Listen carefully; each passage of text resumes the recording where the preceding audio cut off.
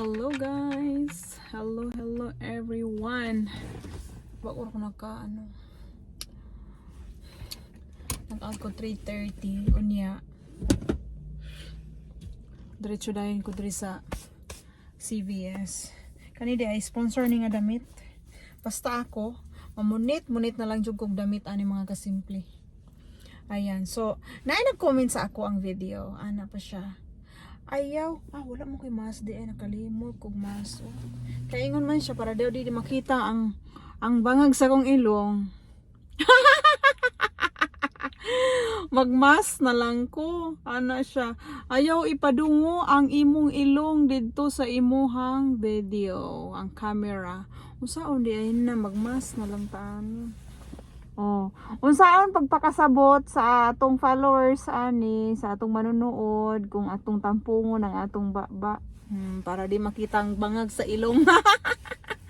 So ayan na nga mga kasimple. Kaka-out ko lang. Nag-drive ko 15 minutes siguro, gikan dito or 10 minutes. Padong diri sa CVS. Kanang CVS mga kasimple, ano na siya? Kanang pharmacy. Unya kay kada uli na ako, moingon man ako mga langga kay si papangkano akong gipapalit og kanang nila kanang vitamin unya gipalit ni papangkano kay pang-adult. Unya kay ang kuan di ay mga kasimple pang-adult ang gipalit sa akong bana. Unya every time gid na nga ako mga anak, ma asa nang vitamin ma, wala bungog ng nanay. Kaya mao ni karon bisag gikapoy ko mo lang to kog bay diretso kog CVS para mapalit og vitamin nila. Kaya naata karon sa CVS. Ayan na, let's go inside. Asa na sa kuan? Kapit kayo guys. Nag-work ko today 8 hours. Unya ugma magsugod na akong full time 8 hours na every day. 6 AM in the morning to 2:30. Kargada pa more. Mao ni ang kinabuhi diri sa Amerika. Makahinomdom jud ko aning mga kinabuhian ni nga anak ko nga. Pakita na po na ako ko ang kindi. Nagmamayabang. Gikan na sa Pilipinas ha. Gikan na sa Pilipinas, giatag sa akong amiga. So daanon din ako tong naman siya gihatag sa ko nga beef, corn beef o nya, so daano lang na ako doon niya. So ayan na guys, kato lang mao ginang kinabuhi sa Amerika dai. May na lang makabalo na ko nag-drive mga kasimple. Kay kung wa na gyud turo-turohon gyud ako pero si papangkano. Na yung papangkano nabugbog na ba? Sa 2 years na ako nag-work. 2 years.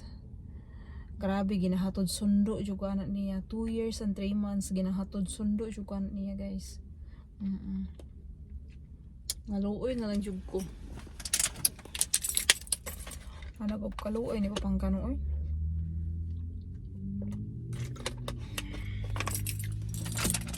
Gigutom ko ba? Kaya mato na ta guys, mapalit ko sa mga anak.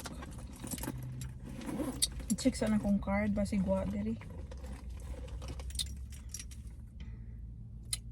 Okay.